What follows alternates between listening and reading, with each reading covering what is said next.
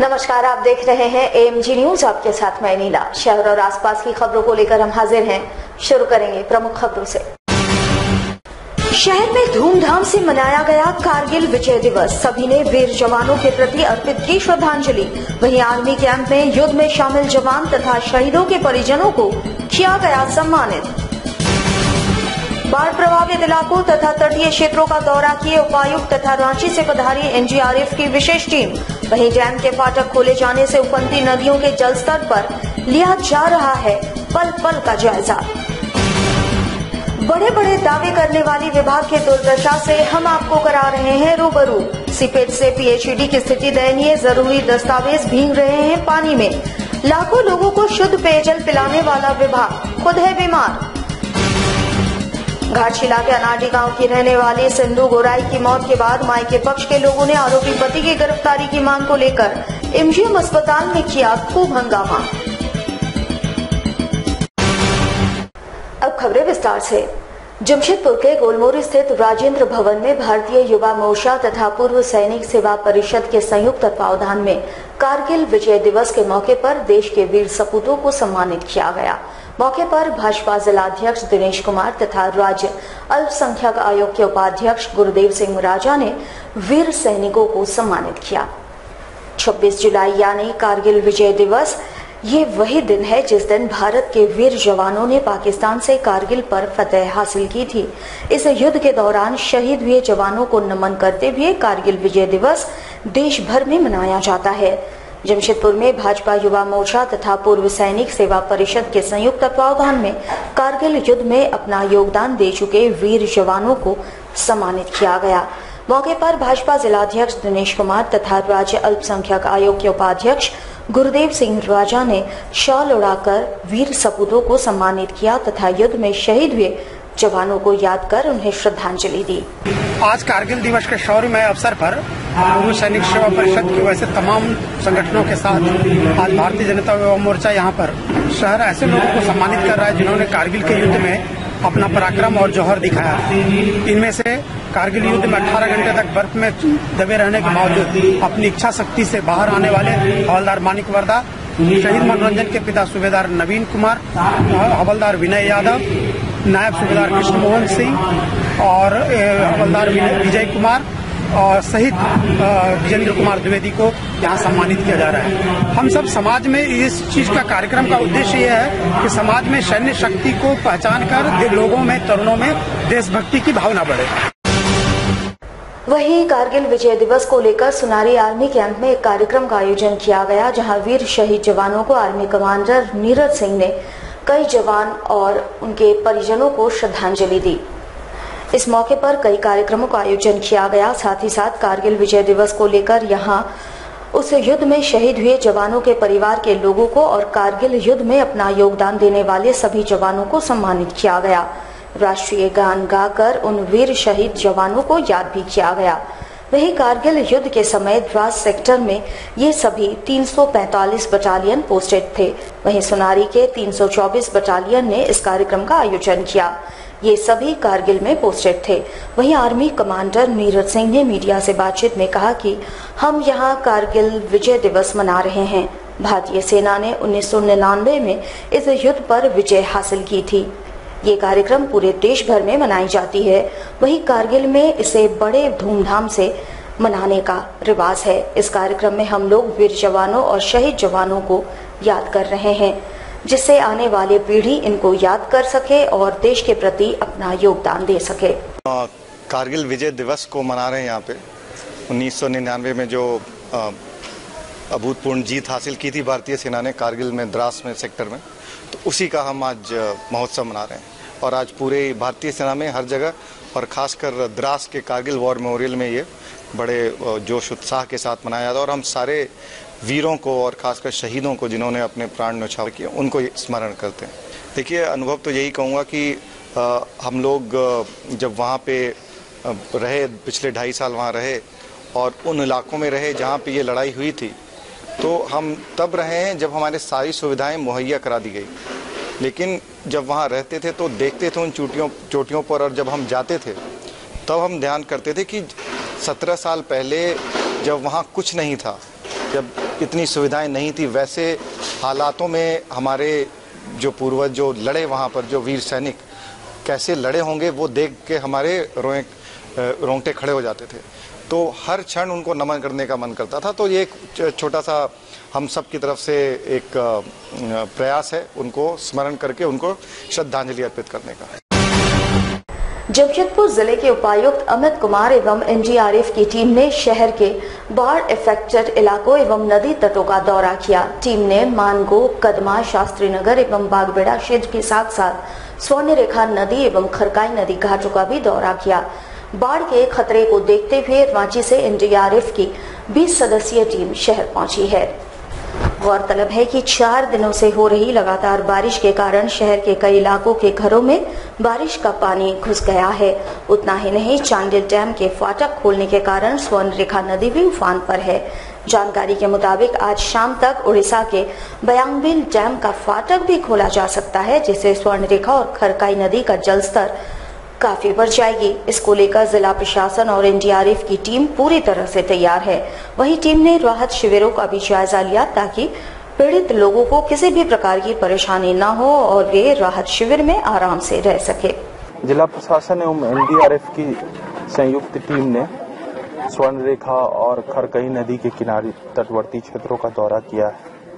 अभी सिचुएशन जो है वो लगातार जलस्तर में जो है वो गिरावट आ रही है और जैसे आप देख रहे हैं कि बारिश भी रुक गई है, तो हम लोग उम्मीद जता रहे हैं कि आगे आने वाले कुछ घंटों में जलस्तर में जो है वो गिरावट आएगी। साथ ही साथ हम लोग के द्वारा जो है वो राहत शिविरों का भी जो है वो जायजा लिया गया और यहाँ जिला प्रशासन ये सुनिश्चित कर रहा है कि उनको सूखा राशन, मेडिकल फैसिलिटी, पानी, बिजली की सुविधा जो है वो मुहैया हो, ताकि कुछ समय के लिए वो बेहतर तरीके से राहत शिविरों में रह सके। प्रशासन हम डीसी सर के साथ मुआयना किए। अभी जलस्तर में बहुत कमी हो रहा है। दिन पर मैंने टाइम टू टाइम, घंटे टू घंटे समय जलस्तर डाउन हो रहा है। रात तक सिचुएशन कंट्रोल हो जाएगा। लेकिन आप लोग पूरा तैयारी में हैं? हाँ, एकदम फुल तैयारी में है। फुल इक्विपमेंट के साथ किसी भी हालत से, आपदा से निपटने के लिए हम लोग तैयार हैं। बड़े बड़े दावे करने वाले विभागों की हकीकत कुछ और ही होती है। यूं तो जनहित में विभागों को सेवा देना होता है, पर जब विभाग खुद लचर अवस्था में होगा तो उससे बेहतर सुविधाओं की कल्पना सफेद हाथी ही साबित होती है। हम बात कर रहे हैं पीएचईडी विभाग की।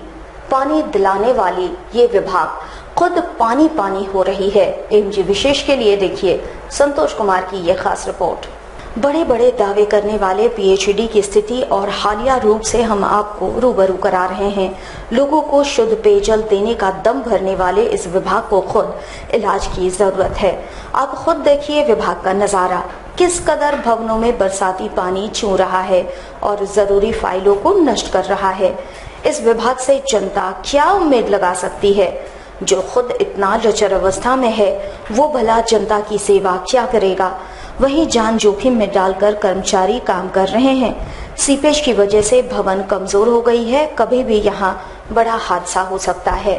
ऊपर चूता है, ये फाइल सब भी तो भीग रहा है। फाइल सब भी भीग रहा है। इसका रख रखाव का व्यवस्था नहीं है।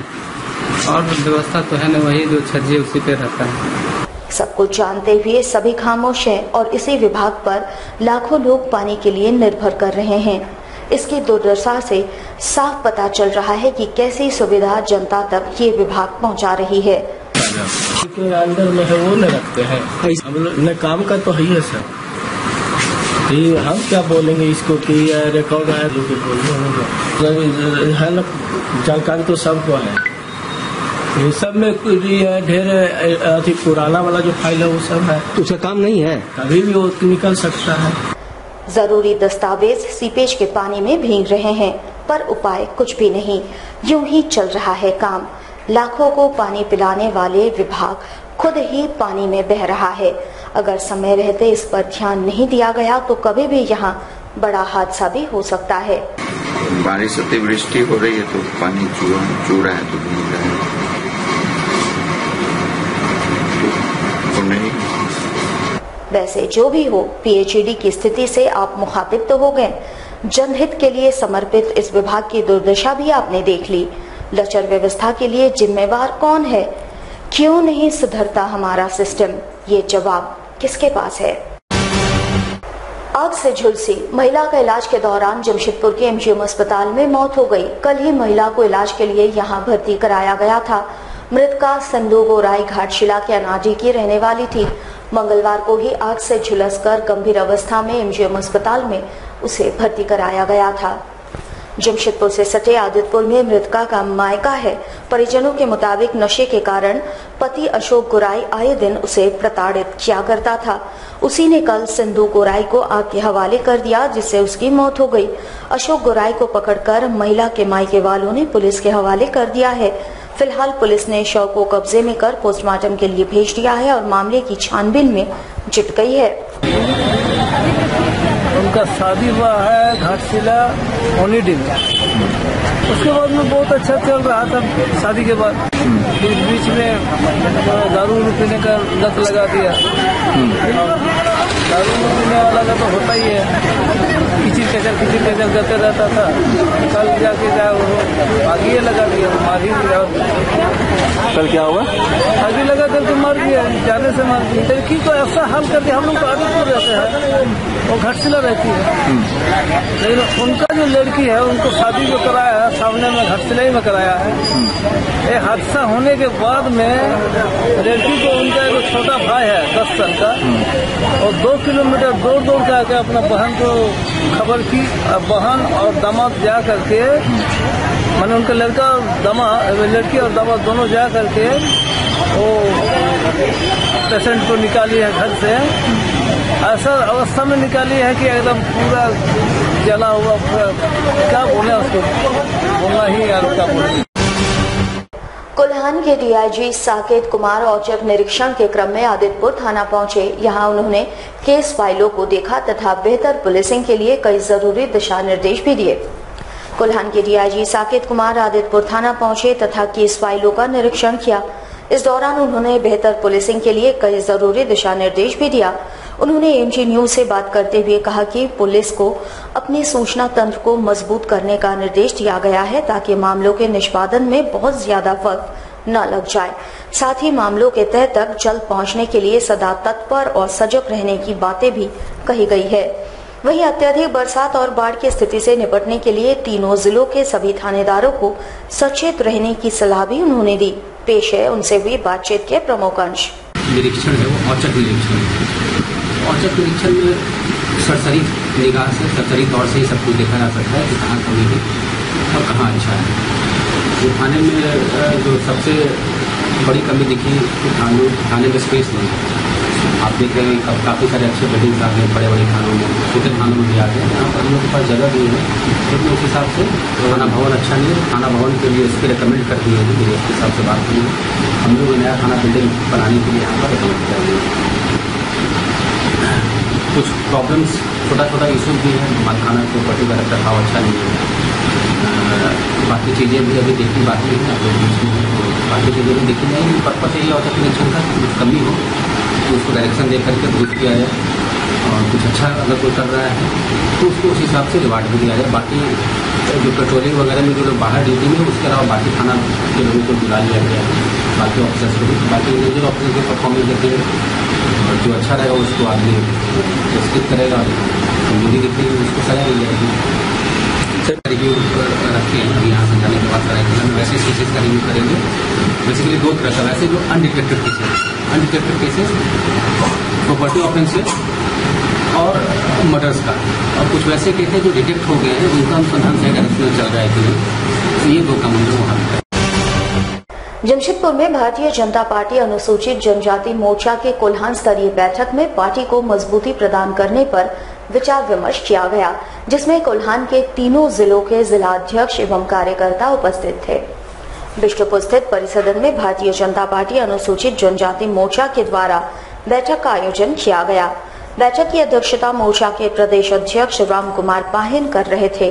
बैठक में भारतीय जनता पार्टी की नीतियों पर विचार विमर्श कर कोल्हान में पार्टी को मजबूती प्रदान करने पर विचार किया गया। पत्रकारों से बात करते हुए प्रदेश अध्यक्ष राम कुमार ने कहा कि धर्मांतरण को रोकने के लिए पार्टी राज्य सरकार से धर्मांतरण पॉलिसी बनाने पर जोर देगी। साथ ही साथ सीएनजी और एसपीटी एक्ट में संशोधन को लेकर झारखंड मुक्ति मोर्चा के द्वारा की जा रही राजनीति का मुंह तोड़ जवाब देने के लिए पार्टी भी रणनीति बना रही है। कोल्हान के तीनों जिलों में कुल 12 सीट पिछड़ी जाति के लोगों के लिए आरक्षित है। इन सीटों पर हमारे उम्मीदवार की जीत सुनिश्चित करने के लिए गांव के लोगों को भारतीय जनता पार्टी के विचारों से अवगत कराकर उन सीटों पर अपनी जीत सुनिश्चित करने का प्रयास किया जाएगा। हम समीक्षा बैठक कर रहे थे और ये बैठक का मुख्य उद्देश्य यही है कि जब तक जनजातीय समुदाय के बीच में भारतीय जनता पार्टी के संगठन मजबूत नहीं होगा तब तक कोल्हान प्रमंडल का जो भी 8 या 9 सीट जो ट्राइबल सीट है, अनुसूचित जनजाति सीट जो है सुरक्षित सीट, उस पर भाजपा चुनाव नहीं जीत पाएगी। हेमंत सोरेन की अगर हम लोग बात करें तो कई बार वो आदिवासी, गैर आदिवासी, मूलवासी का राजनीति उन्होंने करते हैं, लेकिन आज CNT एक्ट के बारे में जितना उन्होंने बात को रखते हैं, जितना लोगों के बीच में ले जाके लोगों को गुमराह कर रहे हैं, अगर उसमें हम लोग अगर देखें तो आज तक CNT एक्ट का जितना उन्होंने उल्लंघन किया है किसी भी आदिवासी लीडर इतने बड़े पैमाने पर नहीं किया है। अगर ये विषय है धर्मांतर का, धर्मांतर एक ऐसा विषय है जो हमारी जो संस्कृति है, आदिवासी की जो आदिम काल की जो संस्कृति है, हमारी जो ट्रेडिशनल है, हमारी जो पारंपरिक व्यवस्था है जो हम सदियों से मानते आ रहे हैं, और उस व्यवस्था को कहीं न कहीं हमारे साथ में चिरहरण हो रहा है। उसके साथ में कहीं न कहीं लोग एक तरह से हरण कर रहा है, उसको कहीं न कहीं लोग कन्वर्ट करने का प्रयास कर रहा है। उसको भी जनजातीय मोर्चा ने माननीय मुख्यमंत्री जी से और संगठन में भी मांग किया है कि निश्चित रूप से यहाँ धर्मांतर बिल निषेध लागू हो। झारखंड राज्य के खाद्य आपूर्ति मंत्री सरयू राय ने अपने विधानसभा क्षेत्र अंतर्गत आने वाले बाढ़ पीड़ित क्षेत्रों का बुधवार को दौरा किया। इस दौरान उन्होंने सभी को राहत पहुंचाने का आश्वासन दिया, साथ ही साथ अतिक्रमण कर बनाए गए घरों को तोड़ने का भी निर्देश जारी किया। बुधवार को मंत्री सरयू राय ने अपने विधानसभा क्षेत्र अंतर्गत मानगो कदमा के तटीय क्षेत्रों का दौरा किया। इस दौरान उन्होंने बाढ़ पीड़ितों का हाल जाना। दौरे के दौरान इन्होंने बाढ़ पीड़ितों तक हर संभव सरकारी मदद पहुंचाए जाने का भरोसा दिलाया और संबंधित विभाग को कई दिशा निर्देश भी दिया। प्रशासन द्वारा बनाए गए राहत शिविरों का भी जायजा उन्होंने लिया। वहीं इन्होंने नदी के तटीय इलाके में अतिक्रमित कर बनाए गए घरों को तोड़े जाने का निर्देश दिया। मंत्री सरयू राय ने कहा कि नदी के निचले इलाकों में अवैध रूप से जो भी घर बनाए गए हैं उनमें निश्चित तौर पर पानी घुसेगा ही और अवैध कार्यों को रोकना प्रशासन की जिम्मेवारी है, जिस कारण से इन अतिक्रमित कर बनाए गए घरों को तोड़ा जाएगा। 3-4 दिन बारिश हुई, बारिश के पानी से जो निचले इलाके हैं कदमा के, सोनारी के, मानगो के, उन सबों में पानी भर गया और कई जगह तो नाला पर लोगों ने इंक्रोचमेंट किया, इसी कारण से भी पानी जल्दी नहीं निकल रहा है। अब जहां जहां पानी इस बार भरा है उस जगह को घूमकर हम लोग देख रहे हैं कि बरसात के बाद हम इसकी योजना बनाएं ताकि अगली बरसात में ये खतरा नहीं हो। जहां नदी से पानी ठेल रहा है वहां तटबंध बना देना है, जो निचले इलाके हैं वहां थोड़ा सड़क को ऊंचा करा देना है। ये काम हम लोग करेंगे। हमारे साथ मानगो नोटिफाइड एरिया के स्पेशल अफसर भी हैं, तो घूम के पूरे इलाके को हम लोग देख रहे हैं। कुछ बस्तियां हैं, मोहल्ले हैं कालिका नगर जैसे, वहां पानी घुस जा रहा है। उसमें एक तो जुस्को को एक नाला बनाना है, उसके लिए भी हम लोग दबाव डाल रहे हैं कि जुस्को जल्दी बना दे, और कालिका नगर का एक और नाला सोनरेखा प्रोजेक्ट की तरफ से होकर आ जाएगा तो पानी वहां का जल्दी निकलेगा। तो कुछ मोहल्ले हैं जो नीचे बसे हुए हैं, उन्हीं की हम लोगों को हिफाजत करानी है। इस बार के बरसात में जहां पानी घुसा है उसको देखते हुए सबकी योजना हमारे नोटिफाइड एरिया के लोग बनाएंगे। स्पेशल अफसर मौजूद हैं, ये भी काफी सक्रियता इनकी रही है। 2-3 दिनों में लोग काफी प्रशंसा कर रहे हैं। उन्होंने रात 10:30 बजे 11 बजे घूमकर भी लोगों को राहत पहुंचाया।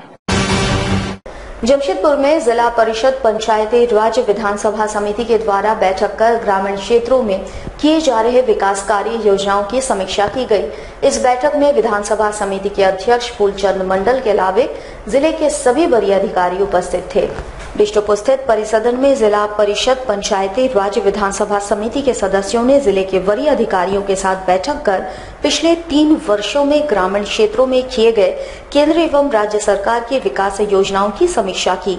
बैठक की अध्यक्षता समिति के अध्यक्ष फूलचंद मंडल कर रहे थे। इनके साथ गंगोत्री कुजूर और जीतू चरण राम उपस्थित थे। जिले के उप विकास आयुक्त ने समिति के समक्ष पिछले 3 वर्षों में किए गए विकास कार्य योजनाओं का ब्यौरा रखा। पत्रकारों से बात करते हुए समिति के अध्यक्ष फूलचंद मंडल ने कहा कि केंद्र एवं राज्य सरकार के द्वारा चलाई जा रही 17 योजनाओं की समीक्षा की गई है एवं समिति के द्वारा कई दिशा निर्देश जिले के अधिकारियों को दी गई है ताकि इन योजनाओं का लाभ गरीबों तक सीधे पहुंच सके। जी, जैसे कुछ शिक्षण संस्थानों में शिक्षकों की कमी, हॉस्पिटलों में डॉक्टरों की कमी, ये मूलतः 2 चीज सामने आया है। उस पर समिति की ओर से सरकार के सामने हम लोग रखेंगे ताकि जल्द से जल्द इन सारी समस्याओं का समाधान हो सके। मुसाबनी स्थित सूरदा माइंस के 1500 मजदूर अपनी न्यूनतम मजदूरी की मांग को लेकर एक बार फिर हड़ताल पर चले गए हैं। इन मजदूरों का कहना है कि केंद्र सरकार द्वारा बढ़ाई गई न्यूनतम मजदूरी इन्हें नहीं दी जा रही है। हालांकि ये सभी मजदूर कंपनी गेट को जाम कर भिक्षाटन कर रहे हैं। अब ये मजदूर आर पार की लड़ाई के मूड में हैं। आपको याद दिला दे कि 3 बार कंपनी और मजदूरों के बीच समझौता हो चुकी है और सभी समझौता महज कागज पर ही सिमट कर रह गई है। अभी तक इन मजदूरों को न्यूनतम मजदूरी नहीं मिली है, जिस कारण से ये सभी मजदूर हड़ताल पर चले गए और जोरदार प्रदर्शन कर रहे हैं। पूर्व सैनिक समाज कल्याण संघ की ओर से आदित्यपुर स्थित कार्यालय में कारगिल विजय दिवस मनाया गया। इस दौरान भारतीय सेना की शानदार जीत की खुशी मनाई गई। आदित्यपुर स्थित अपने कार्यालय में पूर्व सैनिक समाज कल्याण संघ की ओर से कारगिल विजय दिवस मनाया गया। इसके तहत वीर जवान तथा शहीदों को नमन करते हुए उनकी वीरता को याद किया गया। साथ ही देश के जवानों का आभार प्रकट किया गया। आज ही के दिन कारगिल युद्ध में घुसपैठियों को शिकस्त देकर भारतीय सेना ने इतिहास रचा था। द्वीप प्रज्वलित कर कार्यक्रम की शुरुआत की गई और सेना का हौसला बुलंद किया गया। जमशेदपुर के ग्रेजुएट कॉलेज में इंटर के छात्रों का बुधवार को इंडक्शन मीटिंग रखा गया, जिसमें कॉलेज की प्राचार्य समेत कई शिक्षक और सभी छात्र उपस्थित थी। कॉलेज के द्वारा इंटर की नामांकन पूरी कर ली गई है और बुधवार को कॉलेज में छात्रों का इंडक्शन मीटिंग का आयोजन किया गया, जिसमें कॉलेज की प्राचार्य डॉक्टर उषा शुक्ला ने सभी छात्रों का कॉलेज में स्वागत किया और सभी को कॉलेज के नियमों से भी अवगत कराया। इन्होंने सभी छात्राओं से पूर्ण उपस्थिति दर्ज कराने को कहा, क्योंकि पूरे सत्र में 75% से कम उपस्थिति होगी तो उन्हें परीक्षा में नहीं बैठने दिया जाएगा। सभी को उन्होंने अपनी तरफ से बधाई भी दी। मुझे बताते हुए खुशी हो रही है कि आज से हम इंटरमीडिएट कक्षाओं का संचालन शुरू करेंगे। अब तक हम लोग नामांकन में व्यस्त थे, अब नामांकन बंद हो चुका है और हम लोग कक्षाएं शुरू कर रहे हैं, आरंभ कर रहे हैं। बच्चों को बताया गया कि 75% उपस्थिति अनिवार्य है, कॉलेज ड्रेस पहनना अनिवार्य है और 2-2 महीने पर परीक्षाएं होंगी। उन परीक्षाओं में शामिल होना भी अनिवार्य है। जो लड़कियां इन परीक्षाओं में शामिल नहीं होंगी उन्हें वार्षिक परीक्षा में शामिल होने से रोका जाएगा और जो वार्षिक परीक्षा में शामिल नहीं होंगी उनका प्रमोशन 12वीं क्लास में नहीं होगा और वे 12वीं की परीक्षा नहीं दे पाएंगे। हमारे साथ लगातार जुड़े रहने के लिए आप हमें YouTube पर जरूर सब्सक्राइब करें।